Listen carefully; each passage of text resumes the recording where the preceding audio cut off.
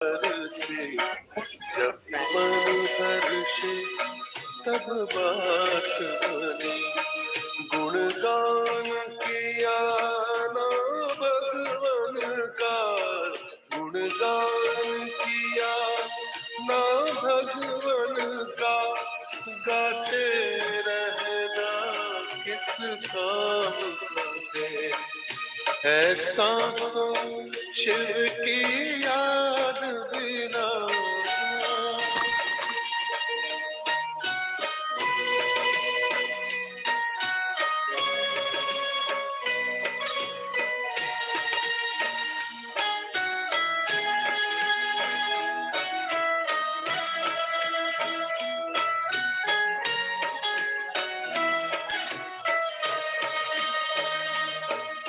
दुनिया में लाखों आते हैं, आते और जाते रहते हैं।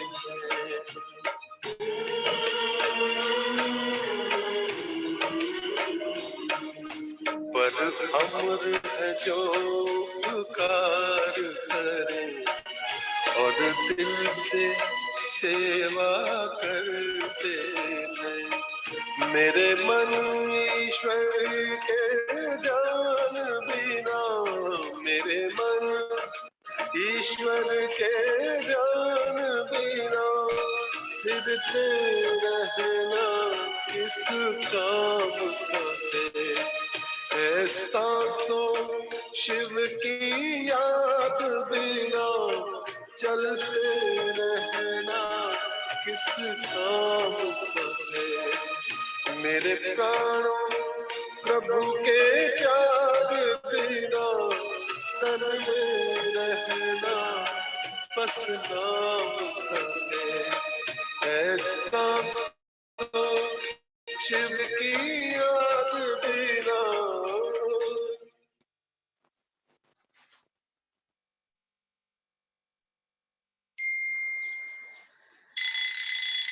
पट से झट से पट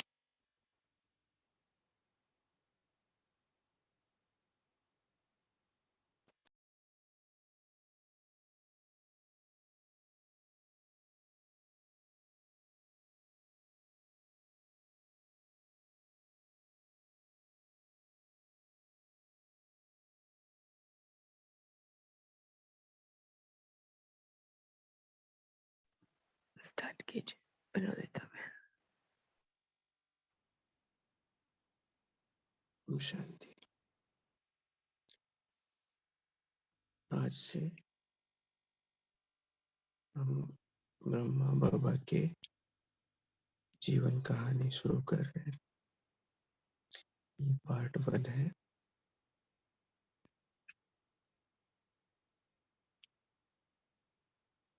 तो इसका प्रस्तावना है, ये जगदीश भाई जी ने लिखी है। तो उनके शब्दों में, एक अनोखी और अलौकिक जीवन कहानी। इस पुस्तक में जो जीवन कहानी दी हुई है, उसमें एक अद्भुत मनुष्य की का बहुत ही अनोखा, महत्वपूर्ण और दिलचस्प जीवन वृत्त है। साथ ही साथ उसी मनुष्य के तन में परमपिता परमात्मा के अवतरण अथवा प्रवेश की प्रैक्टिकल और अद्भुत कहानी भी इसमें है। इस विचित्र मानवीय जीवन कहानी में ईश्वरीय चरित्र का भी आंखों देखा हाल लिखा हुआ है। हमारे इस कथन पर बहुत से लोगों को आश्चर्य होगा। ये जगदीश भाई जी कह रहे हैं। हमारे इस कथन पर बहुत से लोगों को आश्चर्य होगा और साथ कुछ एक को इस पर विश्वास नहीं होगा, क्योंकि आज बहुत से लोग परमात्मा के अवतरण में ही आस्था नहीं रखते। परंतु मेरा नम्र निवेदन है कि इस जीवन वृत्त को पढ़ने के बाद ही वे निर्णय करें। जिस साधारण मनुष्य की विचित्र कहानी का उल्लेख है, उन्हें लोग स्नेह से दादा कहते थे, परंतु परमपिता परमात्मा ने उनके तन में प्रविष्ट होने के बाद उनको कर्तव्यवाचक नाम दिया प्रजापिता ब्रह्मा। हम उन्हें ब्रह्मा बाबा अथवा बाबा इस मधुर शब्द से याद करते हैं।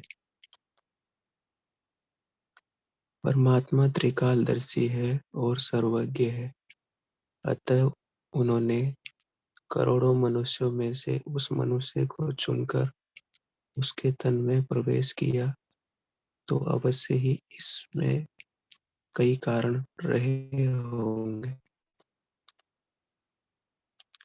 परमात्मा ने उस विशिष्ट पुरुष की अनेक जन्मों की कहानी हमें बताई भी है, जिससे स्पष्ट होता है कि वह सचमुच एक अद्भुत व्यक्ति थे। परंतु 84 जन्मों की इस कहानी को छोड़कर यदि हम दादा अथवा ब्रह्मा बाबा के वर्तमान जीवन पर भी ध्यान दें, तो इस लौकिक बुद्धि को और इन चर्म चक्षुओं को भी उनमें ऐसी योग्यताएं अथवा विशेषताएं दिखाई देती थी कि जिनके कारण परमात्मा ने उनके तन में प्रवेश किया। इसमें समझाने की कोई ज्यादा विशेष वो नहीं है। कहानी के एक प्रीफेस पे प्रभावशाली व्यक्तित्व दादा के सिर को स्वभाव को देखने से ऐसा मालूम होता जैसे कि साधारण मनुष्य तन में श्री नारायण स्वयं साकार हुए हैं। मतलब ब्रह्मा बाबा के शरीर को देखने पर ऐसा लगता था।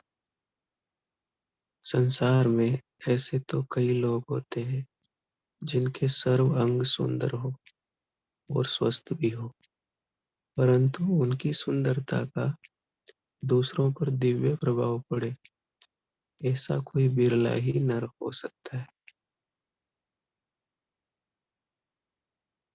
सुंदर तो बहुत सारे होते हैं, लेकिन जिस अनुपात में शरीर होना चाहिए, जैसी शरीर पर आभा होनी चाहिए, वैसी बाबा के शरीर में दिखती थी। सूरत और सीरत दोनों का सुंदर होना ये किसी देवतुल्य मानव के ही भाग्य में होता है। सूरत मीन्स चित्र और सीरत चरित्र, अंदर की स्थिति। दादा को दोनों प्रकार का सौंदर्य प्राप्त था। उनके व्यक्तित्व के बारे में लोगों का ये अनुभव दादा को ईश्वरीय ज्ञान में होने से पहले भी होता था। उनका व्यक्तित्व ऐसा चुंबकीय था कि कोई भी उनके संपर्क में आता वह स्नेह और आकर्षण अनुभव करता। उनका गौर वर्ण था और एक विशेष प्रकार का सुंदर चेहरा था। उनका कद ठीक ऊंचा था, शरीर संतुलित था, मुखमंडल दिव्य कांति से देदीप्यमान था। उनके नेत्रों में विशेष तौर से ऐसा लगता था जैसे उनमें सारे संसार के लिए और सौहार्द की भावना झलक रही हो, और उनकी भुजाएं वीरों की तरह दीर्घ थी। जैसे श्री राम के बारे में बोलते हैं ना, अजानुभुज, यानी कि जिसकी भुजाएं घुटनों तक हो, ऐसे बाबा की भुजाएं काफी। वे उनके साहस और सहनशीलता की प्रतीक थी। आगे राजकुलोचित संस्कार। उनका व्यक्तित्व ऐसा था कि साधारण वेश में भी वे एक राजा मालूम होते थे। उनका व्यापारिक संबंध भी बहुत राजाओं से था। परमात्मा शिव के प्रवेश के बाद उनकी ये संस्कार ईश्वरीय सेवा में भी बहुत काम आए।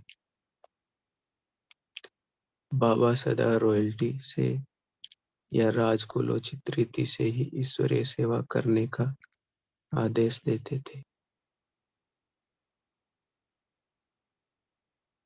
परंतु उन्हें गरीब जीवन का भी अनुभव था। बाबा ने दादियों को कितना अच्छे से पाला था, ये आगे आएगा इस पूरी कहानी में। इसलिए गरीबों से उनकी विशेष सहानुभूति थी। वे कहा करते थे कि परमात्मा गरीब निवाज है, अतः परमात्मा ने उन्हें ही इस कार्य के लिए निमित्त बनाया, क्योंकि उन्हें गरीब जीवन से लेकर राजाई जीवन तक का अनुभव था, और वे इसलिए सभी प्रकार के लोगों को ज्ञान से लाभान्वित करने की युक्ति जानते थे। उनको हर एक प्रकार का अनुभव था। पुनश्च परमात्मा भी तो राजयोग सिखाकर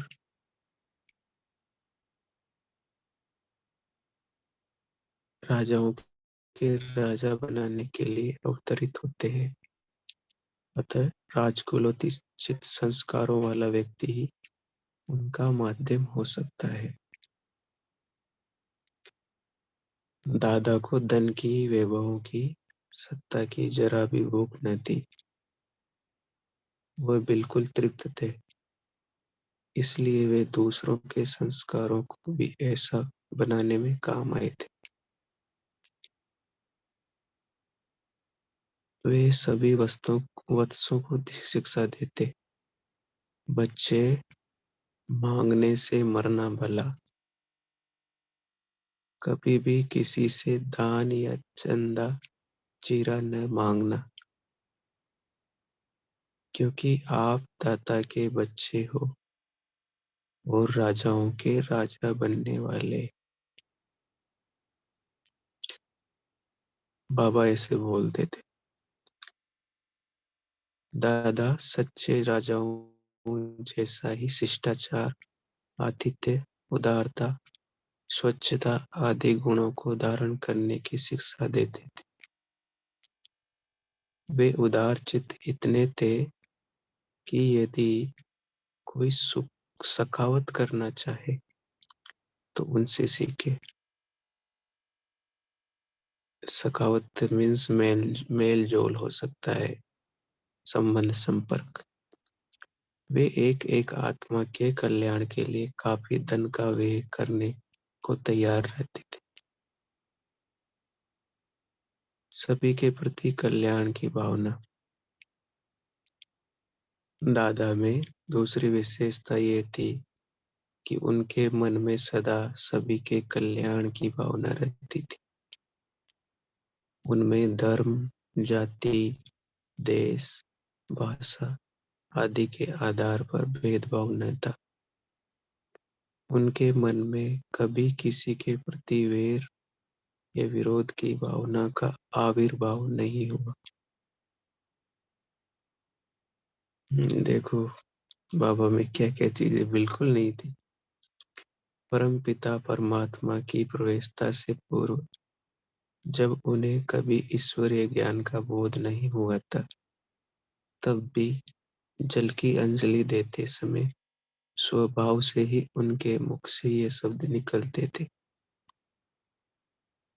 सभी आत्माओं के प्रति। जब वो जल देते थे गंगा के तट पे जाके, जब वे गंगा में स्नान करते हुए डुबकी लगाते थे, तब भी क्या कहते थे? सभी आत्माओं के कल्याण के लिए। पूर्व कल्प में कितनी बड़ी भावना है ये। मतलब ज्ञान नहीं था उनको, फिर भी उनके अंदर इतनी भावना थी कि उनका हर कर्म वो दूसरों के लिए, सभी आत्मा के कल्याण के लिए समझते थे। पूर्व कल्प में सभी आत्माओं के धर्म पिता अथवा विश्व के प्रजापिता होने के कारण उनके ये स्वभाव संस्कार थे। 5000 साल बाद में भी इतने स्वभाव संस्कार पक्के। परमात्मा भी विश्व का परम पिता है, उसे भी सभी आत्माओं का कल्याण करना होता है। अतः उसने ऐसे ही गुण, कर्म स्वभाव वाले व्यक्ति के तन में प्रवेश किया।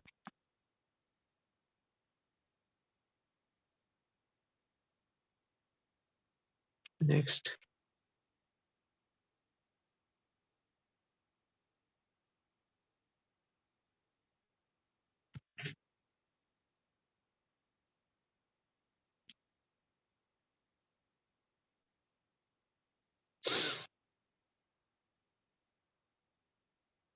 असाधारण प्रतिभा, सुंदर अलौकिक रचना और उच्च संस्कारों के अतिरिक्त दादा की बुद्धि भी असाधारण थी। किन्हीं कर्मों के वश उनका जन्म एक साधारण घराने में हुआ था, परंतु वे अपनी मेधावी बुद्धि के आधार पर बिजली की रफ्तार से उन्नति की ओर बढ़े।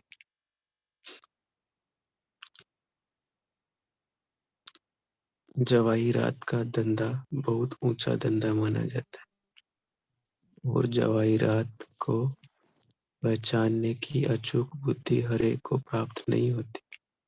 कितना बारीकी से परखते हो। दादा हीरों के ऐसे निपुण पारखी थे कि वे हीरो की पुड़िया को देखते ही उसका मूल्य 1 मिनट में बता देते थे कि व्यापारी दंग रह जाते थे। व्यापारी स्वयं जो हीरे आदि खरीदते थे, उनका मूल्य कराने के लिए भी वह दादा के पास हीरे ले जाते थे। दादा में व्यापार बुद्धि भी ऐसी चमत्कारी थी कि कुछ ही समय में बहुत से राजा महाराजा उनके ग्राहक बन गए। आगे कई सारे दृष्टांत थे कैसे उनकी बुद्धि बहुत चमत्कारी थी। दादा ने एक साधारण घराने में जन्म लिया था, परंतु अपने पुरुषार्थ से उन्होंने कौड़ियों से व्यापार शुरू करके हीरे बना लिए थे। दादा कहा करते थे कि मैं बेगर से प्रिंस बना हूं। बुद्धि एवं असामान्य सूझ के कारण परमपिता परमात्मा शिव ने उनके तन में प्रवेश किया, क्योंकि वह भी इस सृष्टि पर नर नारी के जीवन को कौड़ी तुल्य से बदल कर ही हीरे तुल्य बनाने के लिए आते हैं। तो सबसे पहले तो बाबा को ही हीरे तुल्य बनाया उन्होंने, फिर हम बच्चों को रचा।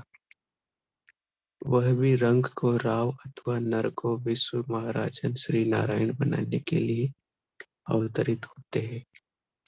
दादा में हीरो की जो परख थी, वह भी उन्हें ईश्वरीय सेवा के कार्य में बहुत सहायक हुई।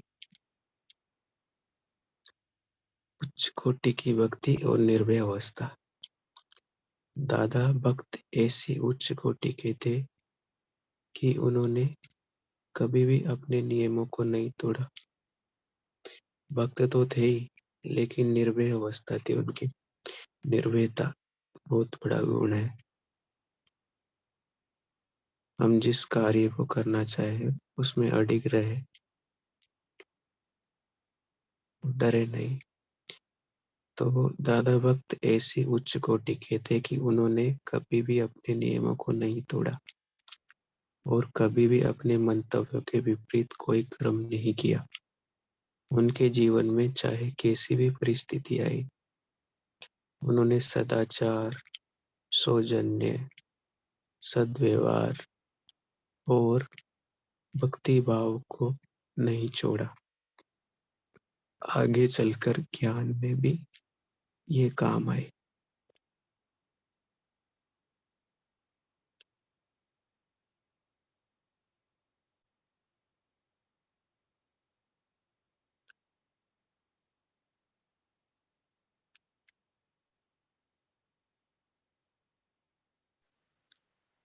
ओम शांति।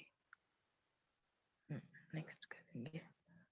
सभी जो सुन रहे हैं, तो पहले बाबा ने जगदीश आदरणीय जगदीश भाई जी ने क्या बताया, क्या लिखा, दोनों आत्माओं के बारे में साथ साथ कनेक्ट करते चलेंगे ना।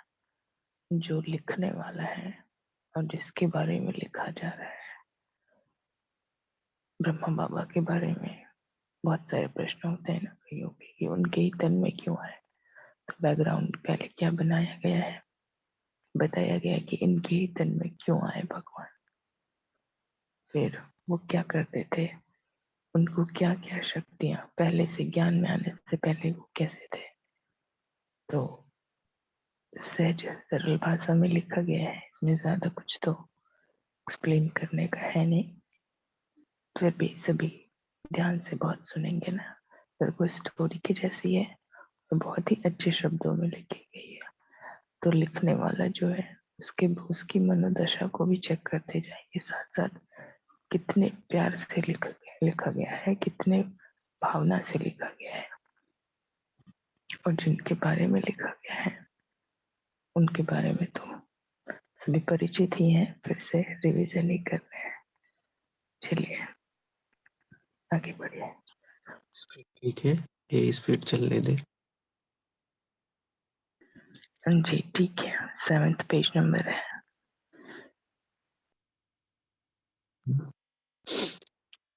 दाता लोकलाज या आलोचना के भय से कभी भी अपने नियम, मंतव्य या पुरुषार्थ को नहीं छोड़ देते।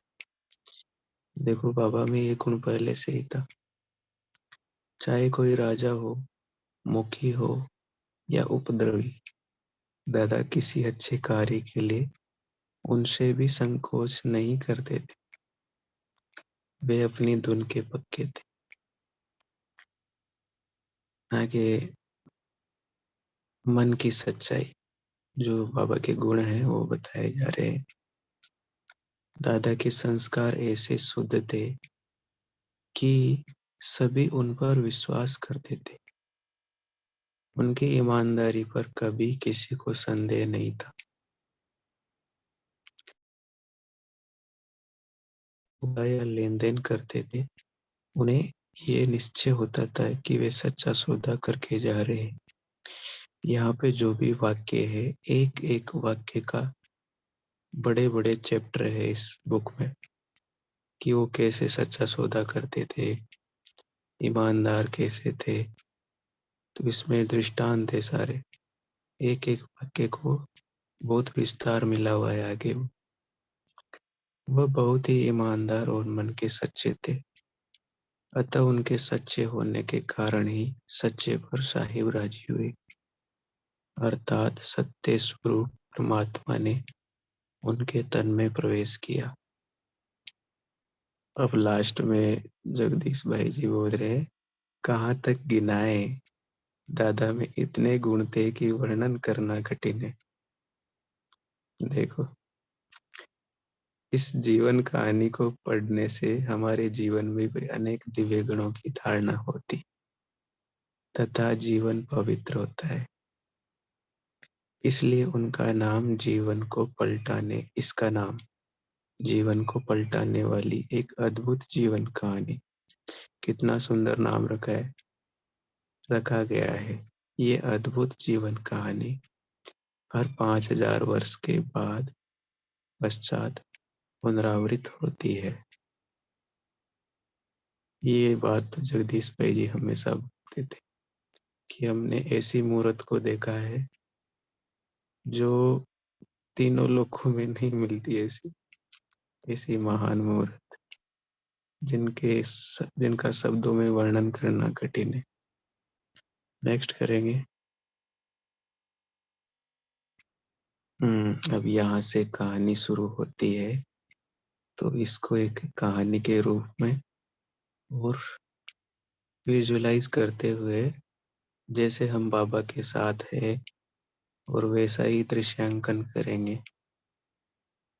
अच्छा, जीवन को पलटाने वाली एक जीवन कहानी। तो हमें भी अपनी कहानी ऐसी बनानी है। आज तक संसार में अनेक विशिष्ट व्यक्ति जीवन कहानी लिखी है, परंतु इस लेखमाला में एक ऐसे अनोखे मानव जीवन का वृतांत दिया गया है जिसके जीवन में एक अनुपम और अद्भुत परिवर्तन आया और जिसने अपने जीवन को संपूर्ण रीति से प्रभु के अर्पण करके प्रभु से सर्वस्व पा लिया। इसमें एक ऐसी निराली आत्मा के जीवन का उल्लेख है जिस आत्मा ने संसार में एक ऐसा कार्य किया जो अन्य कोई भी मानव नहीं कर सका। ये जीवन कहानी क्या है? ये नर से श्री नारायण अथवा मनुष्य से फरिश्ता बनने का एक मनोहर वृत्तांत है जिसे हमने वर्तमान जीवन में अपनी आंखों से देखा है। कौन बोल रहा है? जगदीश भाई जी कह रहे हैं ऐसा।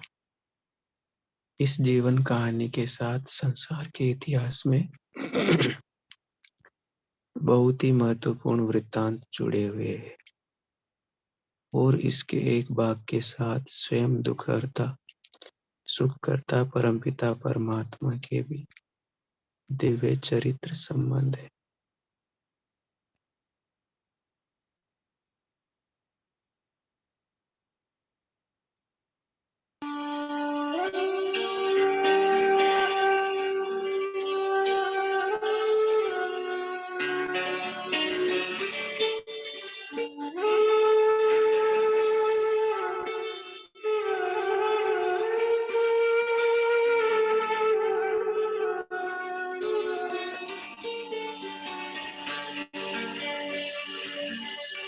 अमृत बेला शुद्ध पवन है, मेरे लाडलो जागो। अमृत बेला शुद्ध पवन है, मेरे लाडलो जागो। अखियाँ खोलो, शिव शिव बोलो, अखियाँ खोलो, शिव शिव बोलो। बच्चों आलस त्यागो,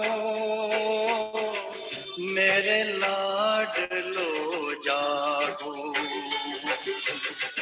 अमृत बेला शुद्ध पवन है, मेरे लाडलो जागो।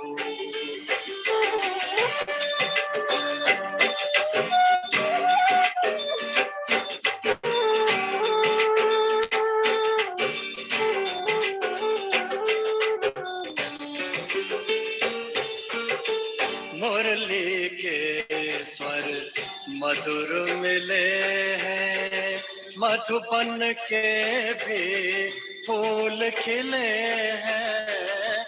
मुरली के स्वर मधुर मिले हैं, मधुबन के भी फूल खिले हैं।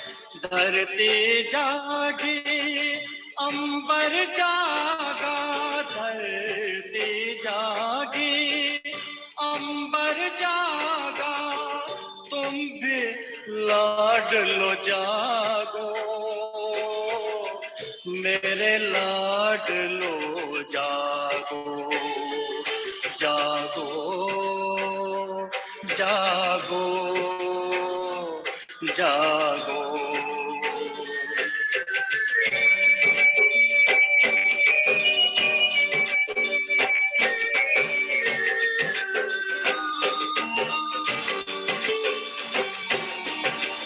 डाल डाल पर पंछी बोले, कानों में अमृत रस घोले।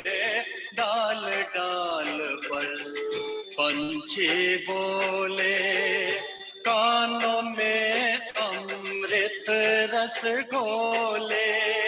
प्रभु मिलन का यही समय है, प्रभु मिलन का यही समय है। ब्रह्म मुहूर्त है, जागो, मेरे लाडलो जागो। जागो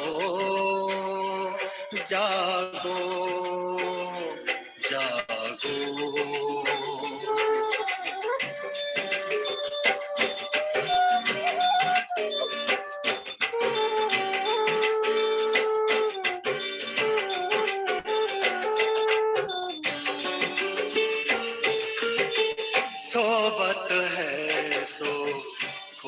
सोवत है, जागत है सो पावत है, सोवत है सो खोवत है, जागत है सो पावत है।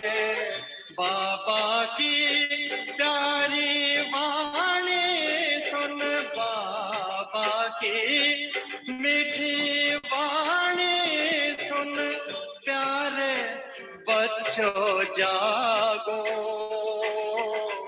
मेरे लाडलो जागो। अमृत बेला शुद्ध पवन है, मेरे लाडलो जागो।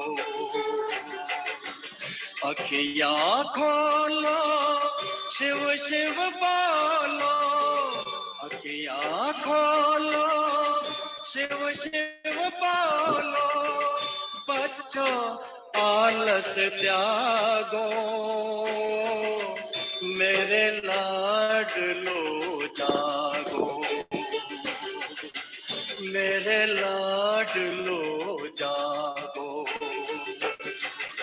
मेरे लाडलो जागो, मेरे लाडलो जागो।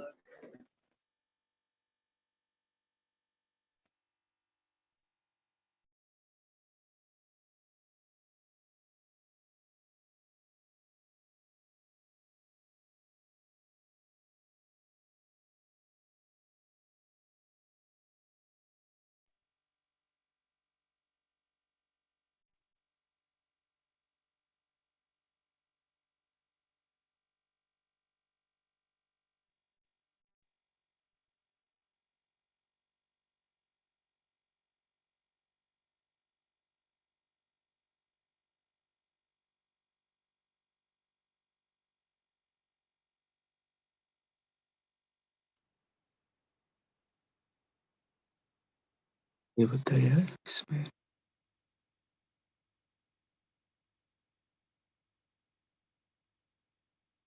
इसमें वर्णित वृत्तांतों ने संसार को एक नया दिशा निर्देश दिया और अनेकानेक नर नारियों के जीवन को महान बनाया। अतः स्वाभाविक है कि इस जीवन कहानी को पढ़ने से मनुष्य के जीवन को एक नया मोड़ मिलता है और सच्ची शांति तथा अपार आनंद की अनुभूति की चाबी उसके हाथ में लग जाती। बात लगभग 60 वर्ष पहले की थी। अभी कहानी शुरू होती है तो शुरू करने का तरीका। बात लगभग 60 वर्ष पहले की थी। तब सिंध में हिंदू समाज की धार्मिक दशा बहुत ही बिगड़ चुकी थी। कई शताब्दियों से मुसलमानी, क्रिस्तानी तथा पाश्चात्य सभ्यता का प्रभाव पड़ने के कारण हिंदू लोगों का खान पान तमोप्रधान अथवा भ्रष्ट हो चुका था। शराब और मांसाहार को आम रिवाज था। लोग भक्ति करते थे, परंतु वे जितना पूजा पाठ करते थे उतना ही उनके धन के लिए लोभ, व्यापार में छल कपट, व्यवहार में क्रोध, घर में मोह तथा मन में भी वासना भी भरी हुई थी। निरर्थक एवं खर्चीली रस्में और ये उस टाइम की परिस्थितियों का वर्णन है इसमें कि क्या क्या था। धोते रिवाज समाज को घुन की तरह खाए जा रहे थे। घुन जानते ना, उस कीड़ा लग जाता है गेहूं में, वैसे ही समाज में भी बुराई का कीड़ा लग चुका था। पुजारी, पंडित और उपदेशक लोगों से धन बटोरते थे, परंतु वे उनके घर गृहस्थ को पवित्र, सदाचार युक्त एवं शांति संपन्न बनाने वाला वास्तविक ज्ञान नहीं देते थे। क्योंकि वे केवल कर्मकांडी और शास्त्र पाठी ही बन गए थे। इससे वर्तमान में कंपैरिजन कर सकते हैं, उस टाइम ऐसी हालत थी तो अभी क्या है। यद्यपि लोगों के पास धन था, तथापि उनका घरेलू जीवन मनोविकारों और अशांति के कारण तथा सात्विकता के अभाव के कारण नरकमय बन गया था। माताओं की दशा विशेष तौर पर चिंताजनक थी। उनका स्थान केवल घर और बाल बच्चों को संभालने वाली दासी जैसा था, तथा वे अपने पति की वासना तृप्ति ही के लिए थी। चाहे पति शराबी कबाबी हो और विषय वासना में ही डूबा रहता हो, परंतु स्त्री के लिए वह परमेश्वर और गुरु मानने के योग्य समझा जाता। व्यापारी वर्ग के लोगों के यहाँ कन्याएं प्राय अशिक्षिता सी रहती थी और माताएं प्राय बड़े बड़े घूंघटों में मुंह छिपाकर शादी आदि रस्मों में सम्मिलित होती थी, या तो वे प्राय घर की चार दीवारी में विचित्र वेशभूषा में रहती सहती थी। उन्हें पुरुषों के बाएं पांव की एड़ी माना जाता था। इसमें कई अलंकार, कई मुहावरे आएंगे, साहित्यिक रूप में प्रदर्शित किया गया है। उन्हें पुरुषों के बाएं पांव की एड़ी माना जाता था, मतलब नीचा माना जाता था। उन्हें धर्म प्रचार का प्राय कोई अधिकार नहीं था, न ही उन्हें सन्यासियों की तरह ब्रह्मचर्य व्रत पालन करने का कोई हक होता था। घोर कलयुग की इस बेला में सभी आत्माएं अपने विकारी संस्कारों अथवा कर्मों की बेड़ियों में बंधी हुई थी। सभी लोग अज्ञान निद्रा में मूर्छित से हुए पड़े थे और कहीं भी प्रकाश की एक किरण भी दिखाई नहीं देती थी। ब्रह्मा की रात्रि का वह अत्यंत अंधकारमय पल था। ब्रह्मा की रात्रि बाबा बोलते ना, एक साधारण परंतु विशेष व्यक्तित्व। ऐसे वातावरण में हैदराबाद सिंध में एक निराले व्यक्ति थे जिन्हें लोग स्नेह से दादा कहते थे। उनका पूरा नाम दादा लेखराज था। यो तो वे साधारण थे, परंतु फिर भी उनमें बहुत विशेषताएं थी। यदि कहीं 100 व्यक्तियों के बीच में वे जा रहे हो तो वे सभी से न्यारे और प्यारे प्रतीत होते और झट पहचाने जा सकते थे, क्योंकि उनकी आकृति, प्रकृति, उनके कद,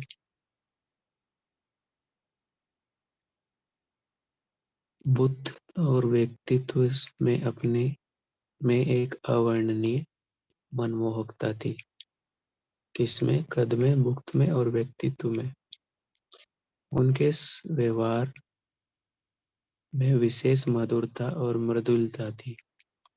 उनके संबंध में स्नेह तथा सहृदयता थी और उनके स्वभाव में एक चुंबकीय आकर्षण था। उनके नयन बेन मीन्स वाणी, उनका मुखमंडल, उनका विशाल एवं उन्नत मस्तक, उनके बाल, उनकी चाल, उनका रहन सहन, उनका शिष्टाचार और उनकी भक्ति भावना सभी चित्त को चुराने वाले थे। काफी अच्छे अच्छे वर्ड्स यूज किए इसमें। इसलिए लोगों से उनकी अच्छी मित्रता थी और वे सिंध के लोगों के स्नेही थे। यद्यपि एक मध्यम वर्ग के घराने में उनका जन्म हुआ था, तथापि उन्होंने अपनी व्यवहार कुशलता, व्यापार चातुर्य, ईमानदारी तथा परिश्रम से गिने चुने धनी मानी लोगों के में स्थान पा लिया था। ऐसा व्यक्ति संसार में कोई विरला ही होता है जिससे अपने कुटुंब परिवार के लोगों, अड़ोसी पड़ोसी, मित्र तथा व्यापार के कारण संपर्क में आने वाले लोग सभी संतुष्ट हो। कोटि कोटि मनुष्यों में से कोई एक मनुष्य ऐसा होता है जो लोगों को भी प्रिय हो और जिसे अपने मन में भी लोगों के लिए प्यार हो। ऐसे व्यक्ति थे दादा लेखराज, क्योंकि वे दूसरों से मिलते जुलते उनके लिए सुख की साज सामग्री रचते तथा उनसे मित्रता निभाने में बहुत कुशल थे। उदार चित्त थे और वचन के बहुत पक्के थे। उनके कायिक रचना मतलब शरीर की रचना, उनका स्वास्थ्य, उनकी वेशभूषा, उनकी वाणी में भरे मिठास का हम कैसे वर्णन करें। वे सभी इस बात की ओर संकेत करते थे कि पूर्व जन्मों में उनके कोई विशेष संस्कार ही रहे होंगे और कि कुदरत ने उनके इस शरीर रूपी रथ को बनाने में विशेषता और अलौकिकता का प्रयोग किया होगा। जिन लोगों ने एक बार उन्हें देख लिया अथवा जो उनके संपर्क में आए, वे ऐसा अनुभव करते थे कि दादा उनके भी संबंधी है, अथवा वे मन में सोचते कि क्या ही अच्छा होता यदि वे दादा के निकट कुटुंबी होते। इतना बाबा संतुष्ट करते थे। लौकिक जीवन का प्रारंभ। दादा लेखराज का जन्म सन 1876 में सिंध के कृपलानी कुल में, बाबा का कुल था कृपलानी कुल में, एक वल्लभाचारी भक्त के यहाँ हुआ था। उनके लौकिक पिता एक स्कूल में प्रधान अध्यापक थे, परंतु दादा अपनी चमत्कारी बुद्धि और उनके अथक पुरुषार्थ द्वारा गेहूं के एक छोटे व्यापारी से उठकर एक प्रसिद्ध जोहरी बन गए थे। बाबा के पिताजी क्या थे? स्कूल में एक प्रधान अध्यापक थे। उन्हें हीरे जवाहिरों की अचूक परख थी। अपने इस व्यापार के कारण राजाओं, महाराजाओं, धनाढ्य व्यक्तियों तथा तत्कालीन वाइसराय आदि से भी उनका मेल मिलाप था। पहले वो था ना, अंग्रेजों का राज्य था तो वाइसराय होते थे वहां उस टाइम, तथा और नेपाल के राज्य कुल तथा उदयपुर के महाराजा का तो उन्हें विशेष आतिथ्य और स्नेह सम्मान प्राप्त था। इसके आगे दृष्टांत भी है। स्नेह सम्मान प्राप्त था और उनके राज दरबार में भी आमंत्रित होते थे। इस विषय में कितनी प्रामाणिकता से ये चल रहा है, इनके इस भाव का, शब्दों का मिलान। इस विषय में ब्रह्मा कुमारी ब्रजेंद्रा जी, जो कि लौकिक नाते से दादा की बहू थी और जिनका लौकिक नाम राधिका था। किनका? ब्रह्मा कुमारी ब्रजेंद्रा, उनका लौकिक नाम था, लौकिक नाम राधिका था और वो दादा लेखराज की यानी कि ब्रह्मा बाबा की लौकिक बहू थी। और जो प्रजापिता ब्रह्मा कुमारी ईश्वरीय विश्वविद्यालय महाराष्ट्र जोन के इंचार्ज थी, लिखती है। अब उनके शब्दों में वो लिख रही है, उनके संपर्क में आने वाले राजाओं का उनमें इतना विश्वास था कि उन्होंने दादा को खुली छुट्टी दे रखी थी कि वह कभी भी राजमहल में सीधे अंदर आ सकते थे। राजा महाराजाओं ने परमिशन दे रखी थी। उन्हें सेक्रेटरी आत्री को सूचना देने की या पहले राजा की आज्ञा लेने की आवश्यकता नहीं थी। दूसरे व्यापारी अपना सामान सेक्रेटरी को ही आकर देते थे, परंतु जहां तक दादा की बात थी, उन्हें राजमहलों में राजमाता अंदर ही अपनी बहू बेटियों को हीरे जवाहिर दिखाने या देने के लिए निसंकोच बुला लेती और कहती, लकीराम, इस बेटी को ये जेवर दिखाओ। उन बोलती थी जो रानियां थी, राजमाताएं थी, वो राजमहलों के वासिस दादा की धर्मनिष्ठा और उनके स्वभाव तथा व्यवहार से परिचित हो गए थे। कई बार राजा लोग उन्हें कहते, लकीराम बाबू, भगवान से तो भूल हो गई कि हमको तो राजा बनाया, परंतु आपको नहीं बनाया। राजापन के सभी संस्कार तो आप में है, परंतु वास्तव में भगवान ने भूल नहीं की थी, क्योंकि वे राज्य तो एक ताज वाले राजा थे, जबकि भगवान ने दादा को 2 ताज, प्रभा मंडल तथा स्वर्ण मुकुट वाला देवी राजा बनने का पुरुषार्थ कराया। राजा लोग उन्हें इतना सम्मान देते थे कि वे दादा को विशेष निमंत्रण भेजते थे और दादा के पधारने पर उनको विशेष स्थान मान देते तथा उनका आतिथ्य करते थे। एक बार हम लोग उदयपुर के महाराज के निमंत्रण पर उनके राजमहल में ठहरे हुए थे। ये कौन बता रहे हैं? ब्रजेंद्र दादी बता रहे हैं ऐसा। राजा का दरबार लगने वाला था। उदयपुर राजस्थान में है ना, उदयपुर, उसी की शायद बात हो रही है। राजा का दरबार लगने वाला था। दादा सामने गैलरी में बैठे हुए थे। राजा ने देखा कि दादा अकेले बैठे हैं। उनकी युगल पत्नी और उनके परिवार के अन्य सदस्य साथ नहीं बैठे।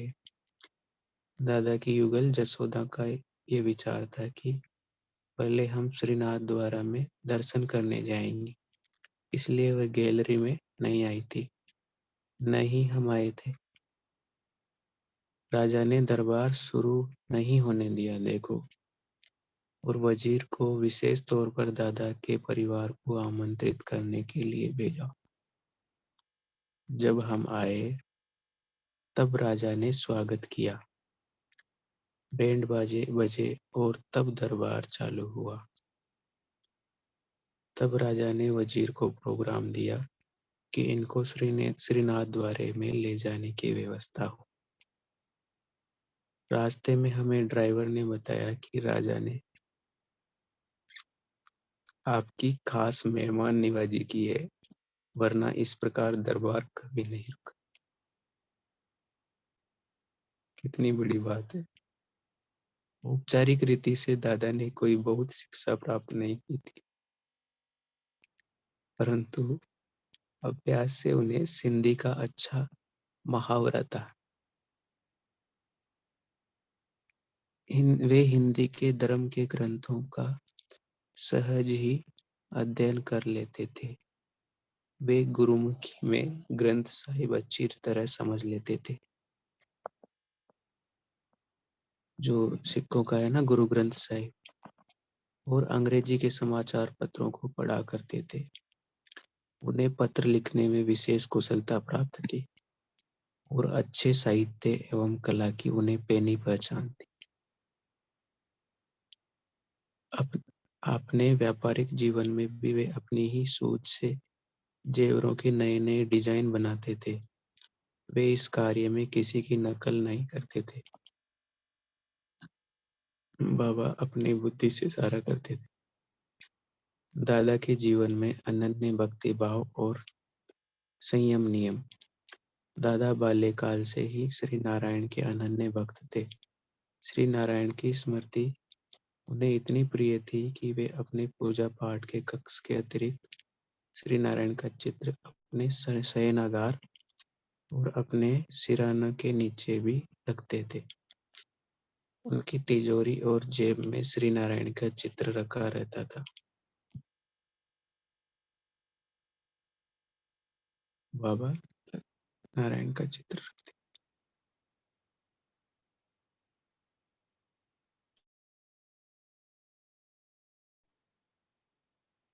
अच्छा, ओम शांति। ओम शांति।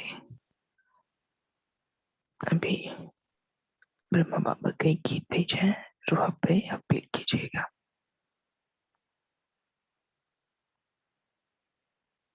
अमृत वेले का क्या मेन मोटिव है ये बुक पढ़ने का, मॉर्निंग क्लास में बताया जाएगा। अभी सभी बाबा से मिलेंगे। गीत सुनेंगे।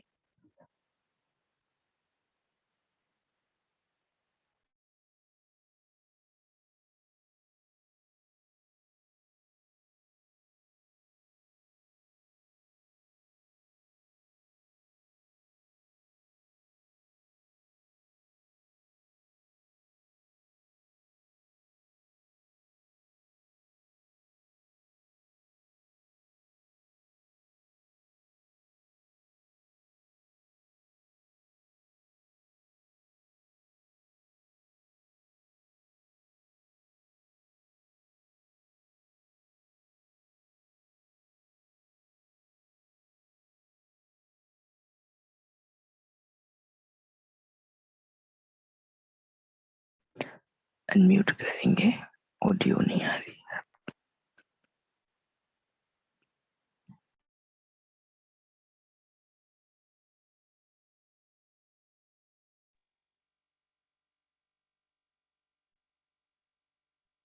मेरे ब्रह्मा बाबा मधुबन के माली, तुम्हें याद करती ये बगिया तुम्हारी, महका रहे हैं जग के चमन को हम फूल तेरे है कलियां तुम्हारी। मेरे ब्रह्मा बाबा मधुबन के माली, तुम्हें याद करती ये बगिया तुम्हारी, मेरे ब्रह्मा बाबा।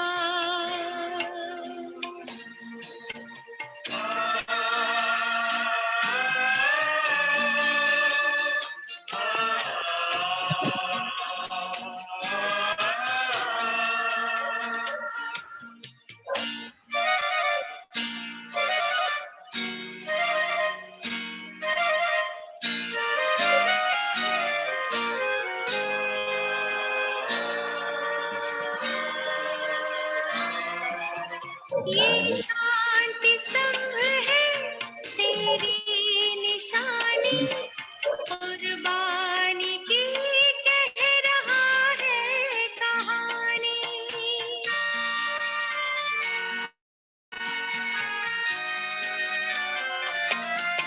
ये शांति स्तंभ है तेरी निशानी, कुर्बानी की कह रहा है कहानी। वही प्यार उपकार को सोच करके सजल हो गई बाबा की हमारी। मेरे ब्रह्मा बाबा मधुबन के माली, तुम्हें याद करती ये बगिया तुम्हारी, मेरे ब्रह्मा बाबा।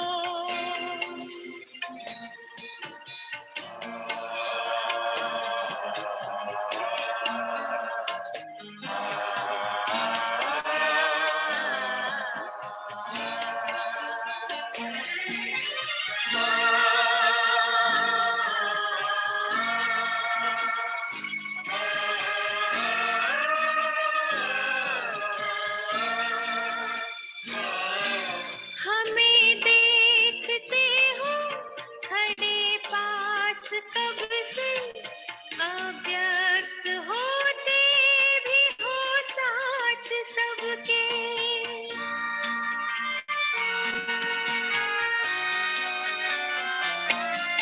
हमें देखते हो खड़े पास कब से, अव्यक्त होते भी हो साथ सबके। ऐसा ही आभास कमरे में होता, यही कह रही प्यारी कुटिया तुम्हारी। मेरे ब्रह्मा बाबा मधुबन के माली, तुम्हें याद करती ये बगिया तुम्हारी, मेरे ब्रह्मा बाबा।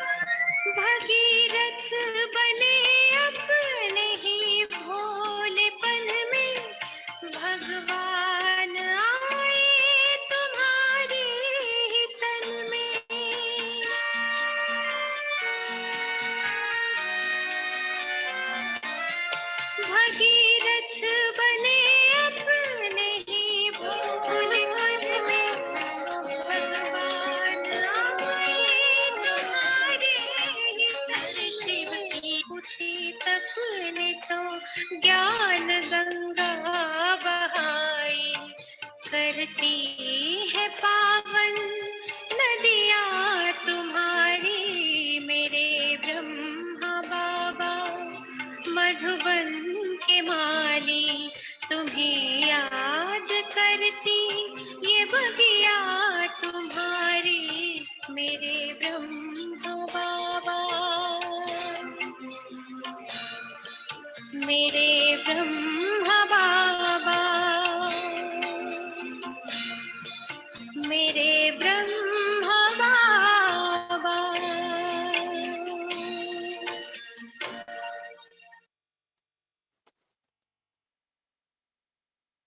A Sybil score of 750.